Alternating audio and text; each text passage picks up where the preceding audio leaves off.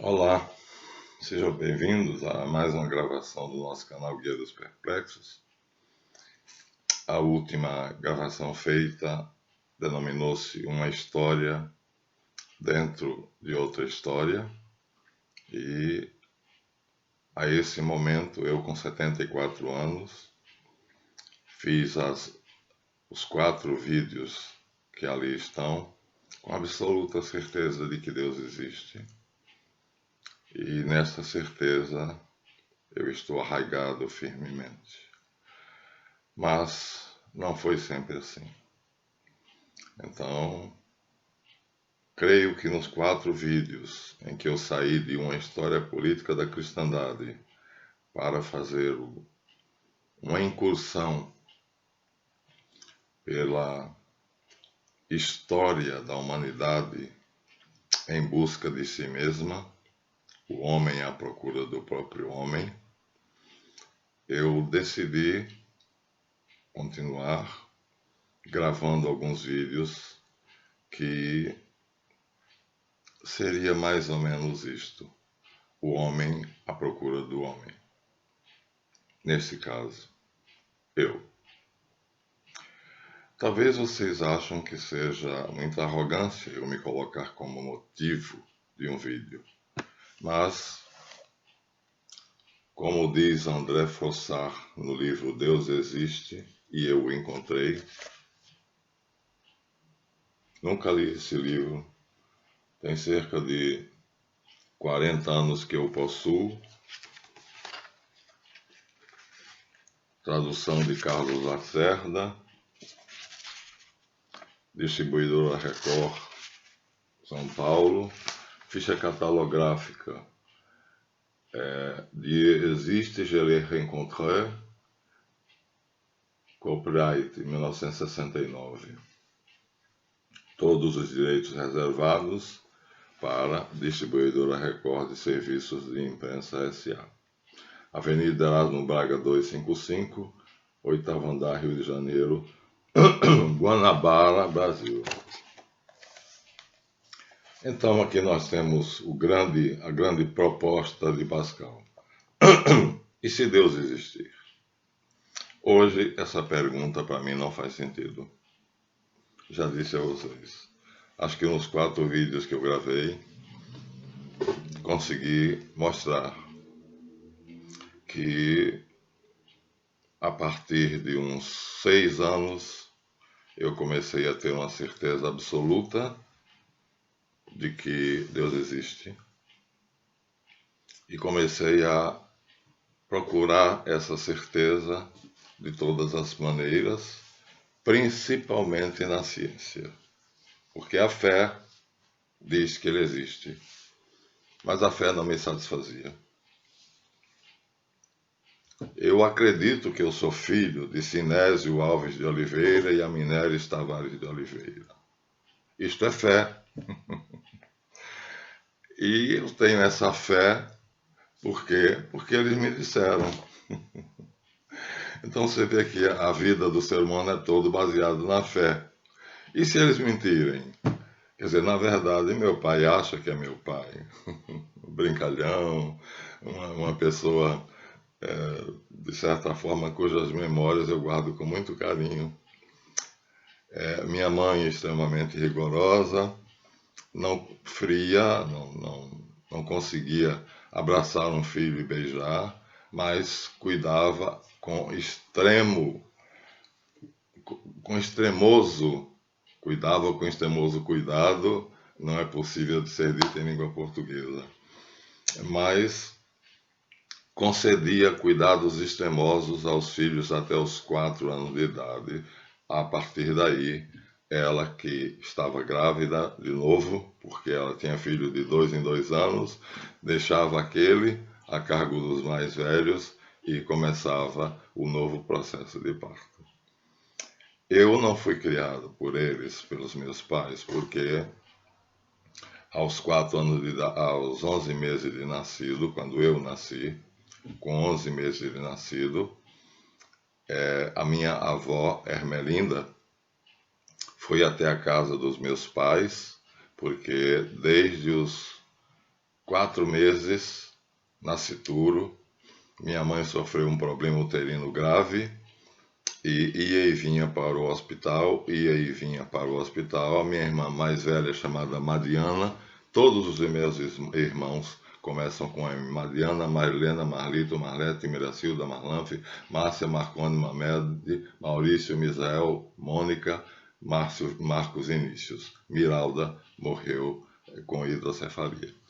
E assim, a família do meu pai era uma família à parte, 17 filhos, dos quais eu fazia parte. Mas eu fui criado pelos meus avós exatamente por isso. Dos 4 meses de nascido até os 11, então quem cuidava de mim era a minha irmã mais velha, Mariana, que foi uma pessoa muito importante na minha vida. Não tinha nada de diferente nem de anormal, mas tentava ser aquilo que o momento exigia dela. E a minha avó, Ermelinda, foi até a minha casa, a casa dos meus pais, me pegou, me embrulhou no lençol, trouxe aquilo que era pessoal, me levou para a casa dela e disse: não vou deixar uma criança cuidar de outra criança. Nunca mais retornei para a casa dos meus pais. Minha mãe, que me pariu, continuou sendo minha mãe. Mas como ela era fria, jamais tive por ela o afeto que tive pela minha avó, que foi a mãe que eu conheci. Tive 4 mães ao longo da vida, mas vamos começar por essas 2. Aquela que me deu a luz e que tinha uma distância, desde a minha vida aqui vai começar aos 6 anos de idade. Já, portanto, na casa da minha avó. Morando com a minha avó Ermelinda, Angélica da Cunha, pernambucana, Mamed Alves de Oliveira, meu avô, e Cordulina Angélica da Cunha, minha tia-avó. O fato é que aos 11 meses de idade eu fui levado para a casa dos meus avós. A vida transcorreu normalmente e eu não me lembro de nada, absolutamente nada do que aconteceu nesse período. Tudo isto são lembranças que me contaram, ou seja, são memórias sabidas através dos outros. Então eu estou com 6 anos. Vamos começar daí. Educado pela minha avó Ermelinda, que tinha uma maneira especial de educar, de uma moral severa, pelo meu avô Mamed, que era extremamente religioso e místico, já dissemos isso quando a gente for fazer a psicanálise com o Dr. Lessa, a figura dele vai aparecer, e pela tia Cordulina, que me dava muito carinho, e cada um deles tinha uma noção religiosa muito diferente. Minha avó Ermelina pouquíssimas vezes ia à missa, portanto a vida dela se restringia como Marta a cuidar da casa. Já o meu avô Mamed e a minha tia Cordulina, ele era da Liga Católica, na cidade de Propriá, Sergipe, e ela era filha de Maria. Após uma decepção amorosa, ela não quis mais saber de nenhum homem, morreu virgem e foi sepultada vestida de branco, com a fita azul e a medalha milagrosa. E o meu avô frequentava a igreja todos os domingos, então o meu avô me deu uma educação mística. Eu me lembro de História Sagrada, está ali naqueles meus livros, e no próximo vídeo eu vou mostrar para vocês. Não é a mesma, talvez, mas é uma dentre as várias edições. E a gente lia e relia aquela história sagrada para que ficasse bem firme na minha mente o que foi a história da humanidade, o encontro de Deus com os homens. E é este o tema destes vídeos que começarão aqui. Deus existe? E se Deus existir? Essa pergunta começou na minha mente aos 6 anos de idade. Já contei antes, mas vou começar essa série e terei de contar. Não me lembro como era a casa da minha avó, não me lembro como era a casa da minha mãe, não me lembro de nada, só me lembro que um dia com 6 anos de idade, a minha avó me pegou pela mão e me levou até a casa de um vizinho muito pobre, mais pobre do que a gente. Todos ali naquela rua havia uma oscilação muito grande de poder aquisitivo, mas a maioria era pobre. Havia talvez uma dúzia de pessoas abastadas numa rua muito grande chamada Alto de... agora esqueci o nome. Não me lembro, mas ela tinha alguma coisa a ver com alto, e era a rua realmente mais alta da cidade, e ela me levou. Chegando lá, a casa era muito pobre, a sala não tinha nada a não ser 2 cadeiras e uma rede. Muitas mulheres idosas estavam ali, uma criancinha estava naquela rede, agonizante, prestes a morrer. E eu, curioso, porque não sabia exatamente porque ela tinha me levado até ali. Por quê? Hoje eu sei. Ali eu teria a minha primeira experiência, que deixaria essa pergunta marcada firme, que aqui André Frossard, autor do livro, responde, e eu vou fazer como ele diz aqui. Esse livro, diz ele, os convertidos são incômodos, disse Bernanos. Por estas e outras razões, adiei muito o trabalho de escrever este relato. É realmente difícil alguém falar de sua conversão sem falar de si mesmo.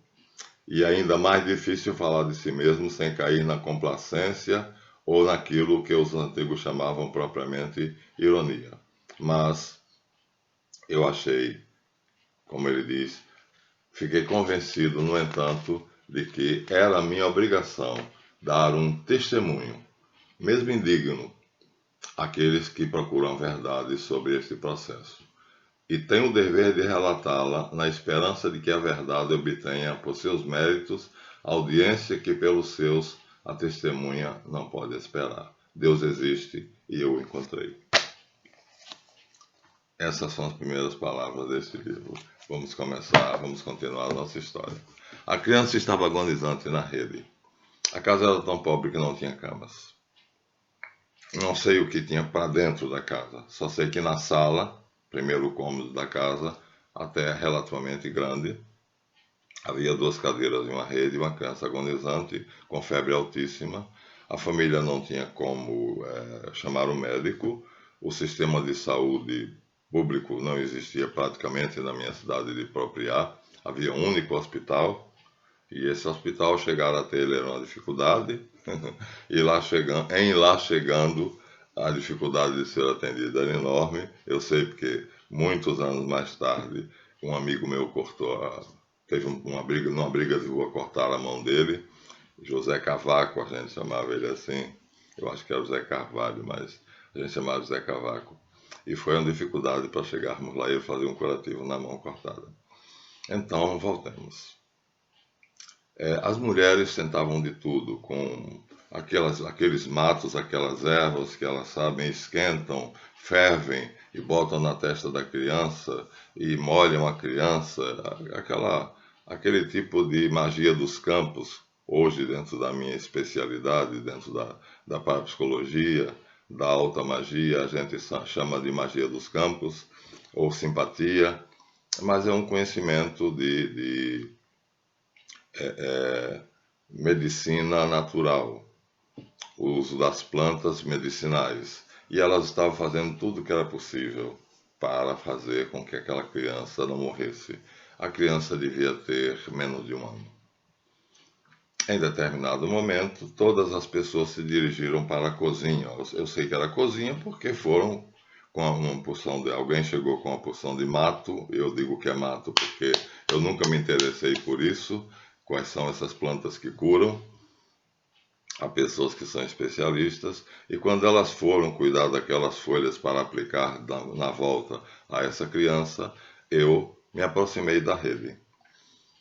Já disse a vocês, estou recontando a história. E aí, ao me aproximar da rede, me enchi de compaixão. Eu senti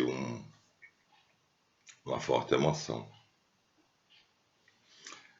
E vendo aquela criança que parecia ter um futuro, se vivesse, claro, e tudo levava a crer que não viveria esse futuro, porque estava agonizante, estava às portas da morte.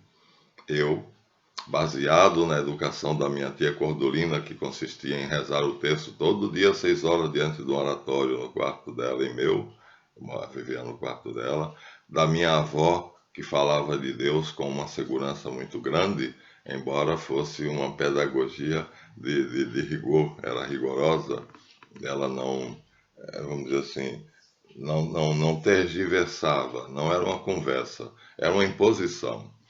E o meu avô, ao contrário, que era divertido. A maneira dele de me falar sobre Deus era uma maneira, assim, de que ele estava absolutamente convencido, com seus 60 anos, 66 anos, estava convencido de que Deus existia. Então era um diálogo que a gente lia as histórias de cavalaria, principalmente a história do imperador Carlos Magno e 12 pares da França, e a história sagrada, sempre a história sagrada.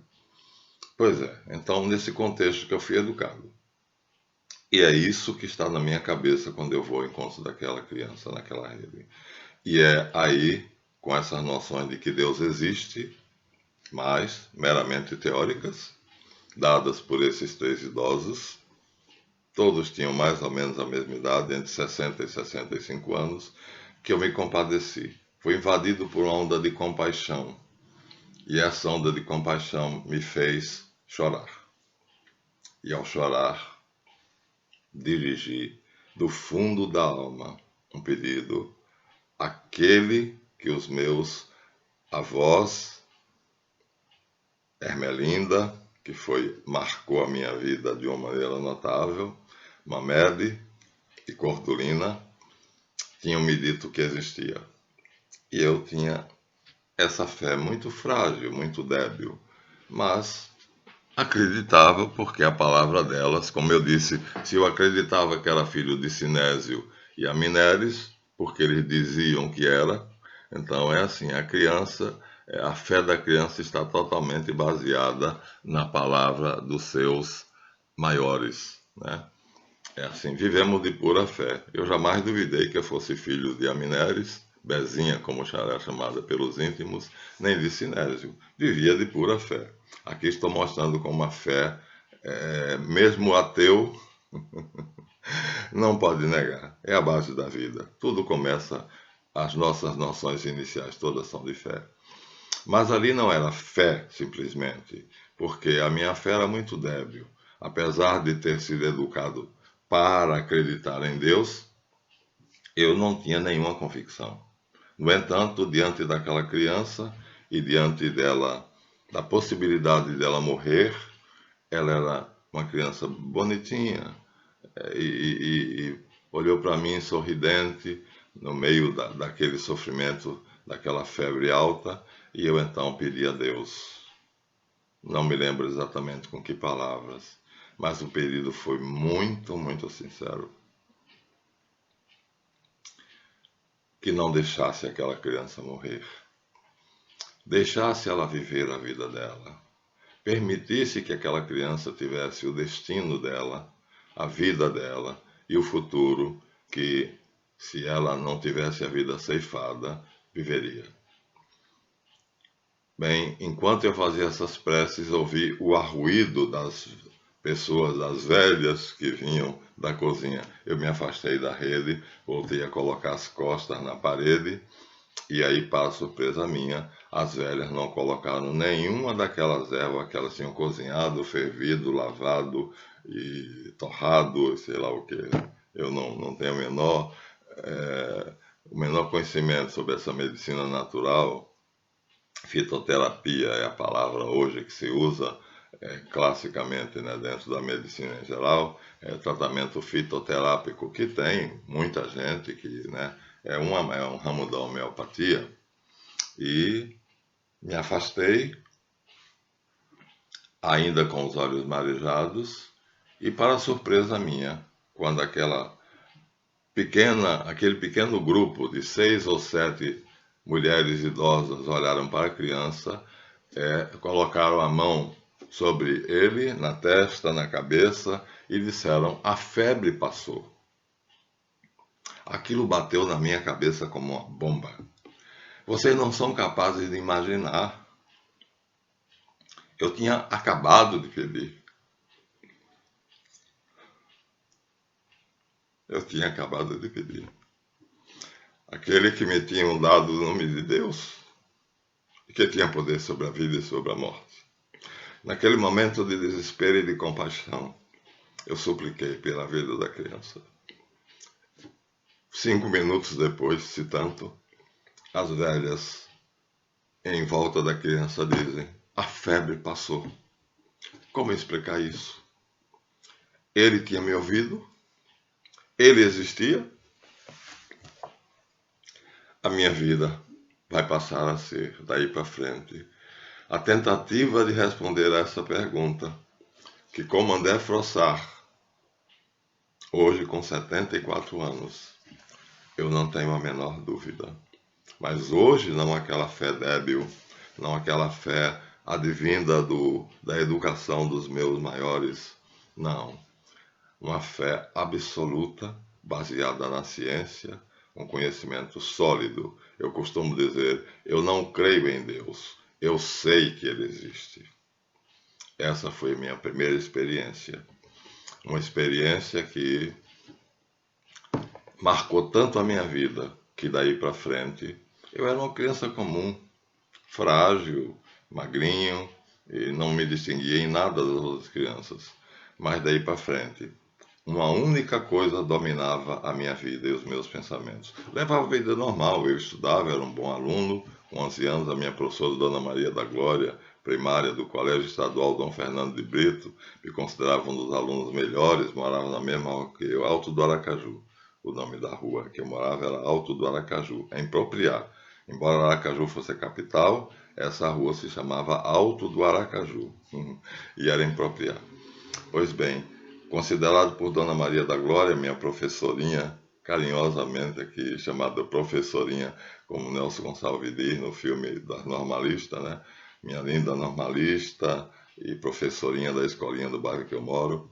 Então, com essas reminiscências, eu passo para vocês o primeiro fato da minha vida que me impactou, que fez com que aquelas noções de fé, crença e confiança em uma força superior se tornassem de uma força, tomassem dentro de mim uma força que passaria a dominar a minha vida inteira e não cessaria mais. Cada vez mais aumentava, aumentava, aumentava. Houve crises durante a minha vida, mas a todas elas eu superei.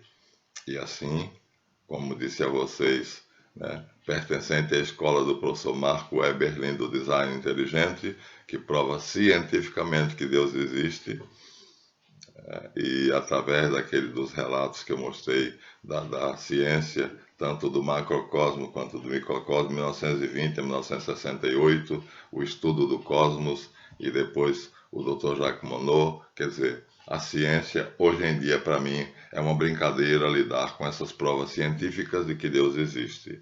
Mas aqui nós ainda estamos muito longe disso. Né? Eu tenho 74 anos, completados no dia 7 de maio, começados no dia 7 de maio de 1947 e completados agora no dia 7 de maio de 1921, de 2021. Estava ali, portanto. Eu, perplexo, me aproximando vagarosamente daquela rede, com aquelas senhoras idosas, alegres, felizes, tomando a criança nos braços e dizendo: ele vive, a febre cessou, ele está curado. E aí, para todos que não tinham presenciado aquele momento de oração, ninguém sabia o que tinha acontecido, só eu e Deus, que eu não tinha ainda certeza se existia ou se não existia. Mas hoje eu sei que Deus existe e acabei de relatar o meu primeiro encontro com Ele. Maravilhoso. Assim, com essa confusão mental, foi Ele que ouviu a minha voz, Ele ouve Ele atende nossos pedidos, ele existe. Foi com esses pensamentos e aquele borborinho daquelas senhoras idosas e vendo a alegria delas pela criança ter recuperado a saúde, que começava a minha busca. Uma busca que durou dos 6 anos de idade até os 30 e 40 anos. Fechado, fechado, fechado. Até os 40 anos, quando eu já tinha certezas de que Deus existe, né? Então, a proposta de Pascal, se Deus existir, eu que creio nele me darei bem, porque tenho renunciado a muitas coisas boas no mundo para merecer o céu. Mas se Deus não existe, dizia ele para um ateu, não, se Deus existe, eu me darei bem, você mal. Mas se Deus não existe, eu perdi o bom da vida e você gozou a vida. Bem, essa é a chamada aposta de Pascal. Me emocionei e o nariz corizou. Ali eu não sabia. Eu tinha apenas a grande pergunta: Deus existe? É Ele que me ouviu? Ele ouve os seres humanos? Nós nos comunicamos com Ele? Ele quer ser ouvido? Ele quer que nós saibamos que Ele existe? E essas e outras perguntas se acumularam ao longo da minha vida. Esta foi a minha primeira experiência na busca por Deus. Experiência de um impacto que vocês não imaginam. Nunca mais a minha mente ficaria em paz enquanto eu não tivesse chegado a essa resposta. No dizer de Agostinho: Tu nos fizestes para vós, Senhor, e a minha alma só encontra repouso quando estiver em vós. Hoje a minha alma encontra repouso. Obrigado. Vejam esse vídeo até o fim, serão vídeos curtos. Não excederei 30 minutos em nenhum deles. E essa é a minha primeira experiência do que se chamará uma série que complementa a Saindo da Escola da História Política da Cristandade, com o título Deus existe? E se Deus existir? Obrigado. Vejam o vídeo, deem seu like. É a minha biografia. É uma história dentro da minha história. Mas uma história especial porque enquanto eu vivia a história da minha vida diante dos outros, eu vivia uma outra história interna, a grande busca. Eu tinha começado a peregrinação, a Odisseia e vários outros biótipos, arquétipos de pessoas que buscam. A vida está cheia, os romances estão cheios dele. Abraão, Ulisses, a busca. Paulo Coelho no Diário do Mago. Recentemente emprestei o meu original à minha queridíssima amiga Magda, A Busca. E aí eu começava a minha busca. Então, e aqui agora o que eu tenho tudo nesse momento, aos 6 anos de idade, uma criança frágil, em nada diferente das demais, é apenas que eu tinha feito um pedido, e esse pedido tinha sido aceito quase que imediatamente. Portanto, 5 minutos depois, a criança estava totalmente restabelecida e sadia. Eu pedi a Deus que a curasse, e ela foi curada. Este é o primeiro momento da minha vida. Muito obrigado, e vamos desenvolver o tema nos próximos. Até lá, e ademã que eu vou em frente.